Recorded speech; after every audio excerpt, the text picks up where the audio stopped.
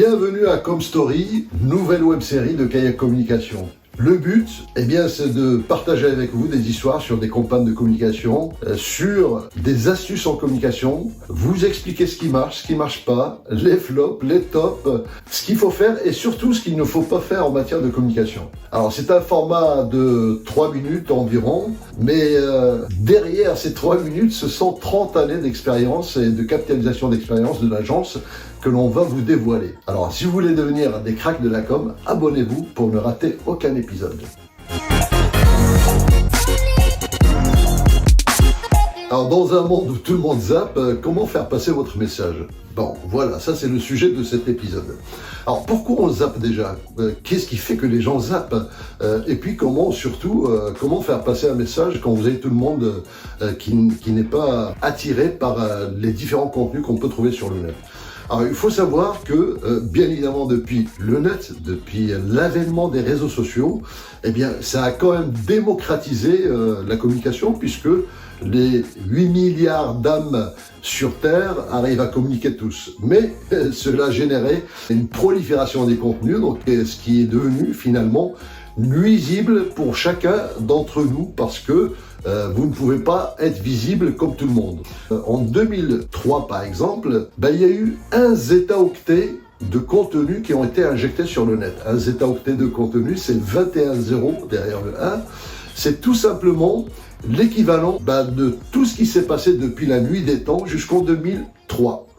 Aujourd'hui, sachez qu'on injecte 30 fois plus que ça. Rien que sur YouTube, chaque jour, il y a 600 000 heures de vidéos qui sont injectées. Ça veut dire qu'il faut 68 ans pour visionner ce qui a été injecté en une journée. C'est pas possible. Donc, ce qui fait que c'est tout naturel que notre cerveau devient sélectif. Vous-même, certainement, vous vous rendez compte que parfois, sans regarder ce qui se passe sur l'écran, vous zappez. Vous zappez parce que le cerveau s'habitue à ça, il sait ce qui l'intéresse et ce qui ne va pas l'intéresser.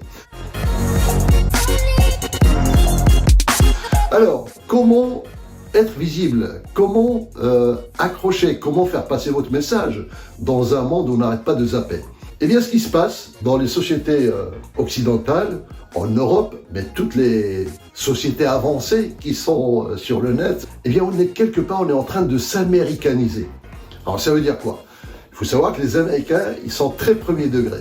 Donc il y a quelques années, il y a 20 ans, il y a 15 ans, il y a 30 ans, les plus belles campagnes qu'on voit dans des 4x3, il y avait toujours des jeux de mots.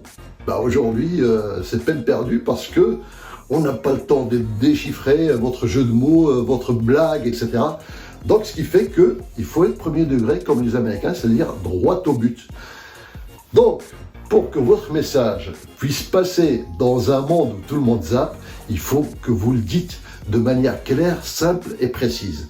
Exemple, moi j'ai adoré l'exemple d'une web agency américaine qui a marqué, alors j'ai regardé quand on ouvre le site et c'est marqué « Nous faisons des sites et nous le faisons très bien. » Point barre. Avec ça, on sait déjà ce qu'ils font et on sait ce qu'il faut leur commander. Il y a plusieurs web agencies américaines dont je vous montre quelques exemples là que vous voyez et ils viennent avec un seul message, une phrase et avec ça, on sait ce qu'ils font. Donc si vous avez un site internet, n'en mettez pas des tartines, ça sert à rien parce que sur le net, vous avez à peine 3-4 secondes pour convaincre l'internaute de rester ou pas.